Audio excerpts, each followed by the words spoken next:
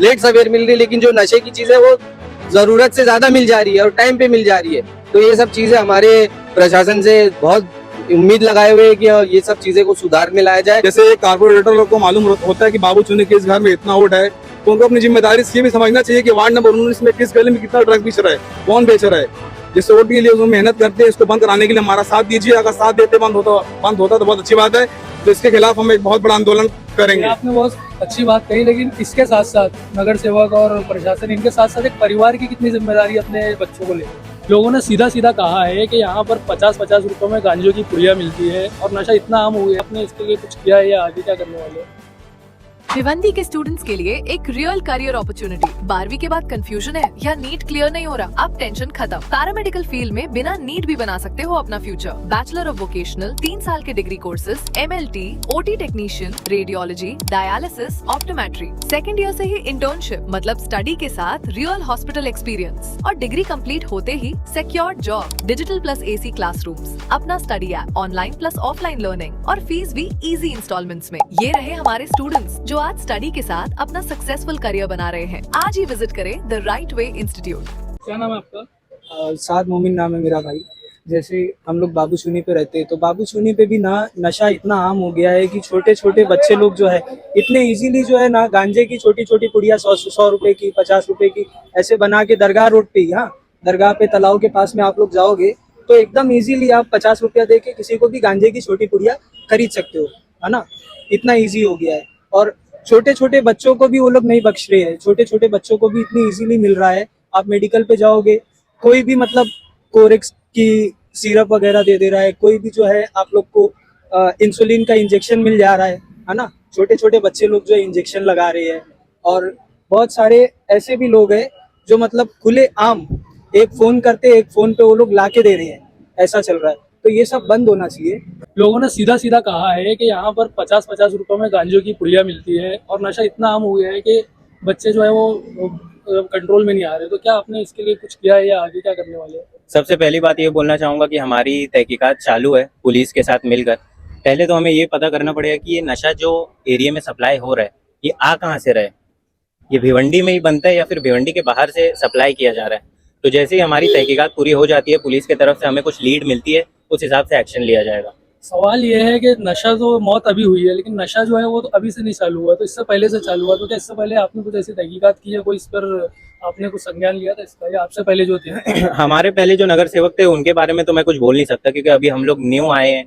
तो अभी ये बात जब पता चल गई है बाहर कि ये भाई का इंतकाल हुआ है, उसके बाद से काफी स्ट्रिक्टली एक्शन लिया जाएगा। पुलिस के साथ डेली फॉलोअप लिया जाएगा, फिर जो भी रिजल्ट आता है वो जनता को बताया जाएगा। क्या है, किस टाइम उठ रहा है, किस टाइम बैठ रहा है, क्या कर रहा है, उनको घर वालों को इतना होना चाहिए कि हमारा बच्चा कर क्या रहा है। उसकी इनकम सोर्सेज पे हमें पता होना चाहिए कि कितना इनकम वो कर रहा है, ज्यादा है कम है। तब जाके जब हमारे घर की हम निगरानी करेंगे हमारे बच्चे की, तो इंशाल्लाह ये मामला सॉल्व होगा। ये सवाल यहाँ पे लोगों से मैंने पूछा था कि घर वाले की भी जिम्मेदारी है, तो उन्होंने कहा कि नशा इतनी आसानी से मिलता है कि घर वालों के कंट्रोल करना घर वालों के बस में नहीं रहा, क्योंकि 50-50 रुपए में गांजा और दूसरे नशे की जो मुंशियात है वो मिलने लग रही है। तो ऐसे में बच्चों को रोकना बहुत कंट्रोल के बाहर। देखो तो आप इस चीज को लेके क्या करेंगे, जो ये नशा इतनी आसानी से बिक रहा है? तो क्या आप यहाँ के जी मैं समाज सेवक के हिसाब से पहले ये चीज है कि जो हमारा माशरा है, जो हमारे लोग यहाँ रह रहे, हमारे लोगों की ये जिम्मेदारी है कि हर बच्चा एक साथ इकट्ठा हो और इस चीज के लिए कैंपेन करे। अभी आज ये हादसा हो गया, हम लोग आज जाके चादर उड़ के सो जाएंगे, कल क्या होगा किसी ने नहीं देखा। हम लोगों को करना क्या है, करना ये है कि हमको इकट्ठा होके एक साथ होके कैंपेन करना अपने एरिया में, अपनी गली में, ताकि अगर ऐसा कहीं हादसा होता है और कोई ऐसा बेचने वाला मिलता है या कोई तस्करी करने वाला मिलता है, तो पुलिस के हेल्पलाइन नंबर है 1112, इस पे आप कॉल करके बताइए कि भाई यहाँ पे ये चीज बेची जा रही है। फर्स्ट क्वेश्चन मेरा आपसे है कि ऐसी चीजें हादसे भिवंडी शहर में देखे जाते हैं कि हादसा जब होता है, पब्लिक जब आक्रोश में आती है, तो वो गर्मा गर्मी में लोग यकीन दिलाते हैं, कुछ वादे कर लेते हैं, कुछ दुखद और वो कुछ दिलासा दे देते हैं। तो आप भी इसी तरह करेंगे या आप कुछ करके दिखाएंगे? नहीं, बिल्कुल ऐसा नहीं है। अब हम समाजवादी पार्टी के लोगों की जिम्मेदारी यही है कि हम लोग जो बोलते हैं पूरी कोशिश से वो करते भी हैं। नशे के भी मामले में मैं यही बोलूंगा, क्योंकि ये छोटी बात नहीं है भाई। एक अर्ली एज पे किसी लड़के का गुजर जाना नशे की वजह से कोई छोटी या आम बात नहीं है जिसपे हम चादर ओढ़ के बस सो जाएं अगले दिन। ये ऐसी चीज है कि जिसपे एक्शन लेना पड़ेगा और हम लोग इंशाल्लाह लेंगे। सबको पता है ये चीज की कौन चलवा रहा है, कौन पॉलिटिकल लीडर है पीछे, है ना, किसका हाथ है, सबको पता है। लेकिन कोई उसके खिलाफ बोल नहीं सकता क्योंकि वो लोग पावर में है। हम लोग कैसा है, आम जनता है ना, ये चीज के ऊपर हम लोग नहीं बोल सकते, नहीं आवाज उठा सकते।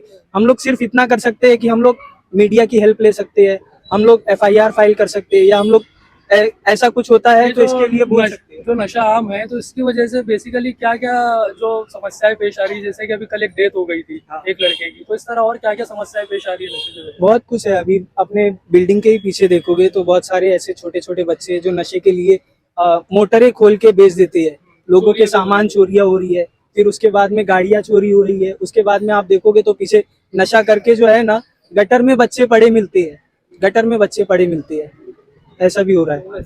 आरिफ नाम है, मोहम्मद आरिफ चौधरी। तो आज हमारे तो सारे भाई बाबू चुनी पे जो जमा हुए हैं, हमारे बीच में रहने वाले अंसारी सद्दाम फैयाज अंसारी अहमद के इंतकाल हो गए। तो आज हम लोग को एक सरकार से एक अपील चाहिए कि जो प्रशासन है हमें इंसाफ दिलाइए, बस हमें इंसाफ के लिए लड़ना है। जैसे अभी दौरान जैसे किसी के कोई इलाके में किसी के भाई, किसी के बेटा, किसी के रिश्तेदार, ये सब भी हो सकता है। नशा इतना आम हो गया है, गली के हर सड़क पे मिल रहा है। हमें बस इंसाफ चाहिए। जो मेरे भाई के साथ 2 लोग थे, आप ये बताइए कि आपको क्या लगता है कि खासकर इस इलाके में बाबू चुनी में जो नौजवान लड़के हैं नशे की आदत में पड़ जा रहे हैं, तो इसके पीछे की बुनियादी वजह क्या है? बुनियादी वजह यही है कि आसानी से वो चीजें मिल जा रही है। आप देखोगे कि इंसान को जरूरत की मंद चीजें लेट सवेर मिल रही है, लेकिन जो नशे की चीजें वो जरूरत से ज्यादा मिल जा रही है और टाइम पे मिल जा रही है। तो ये सब चीजें हमारे प्रशासन से बहुत उम्मीद लगाए हुए है कि ये सब चीजें को सुधार में लाया जाए। जैसे हमारा एक भाई है, उसका अभी कल डेथ हुए, वो सब उनके घर वाले हैरान परेशान हो रहे, वजह क्या? नशा। एक बात आप बताइए कि ठीक है प्रशासन पुलिस वगैरह जो भी अपना काम करते हैं या नहीं करते हैं, लेकिन एक जिम्मेदार नागरिक होने के नाते इलाके के, शहर के, हम सबकी क्या जिम्मेदारी है नशे के प्रति? नहीं, अभी इंशाल्लाह हमारी फुल जिम्मेदारी रहेगी कि हम ये चीज को यहाँ से अपने एरिया से एकदम खत्म कर दे, एकदम खत्म करने का ये इरादा।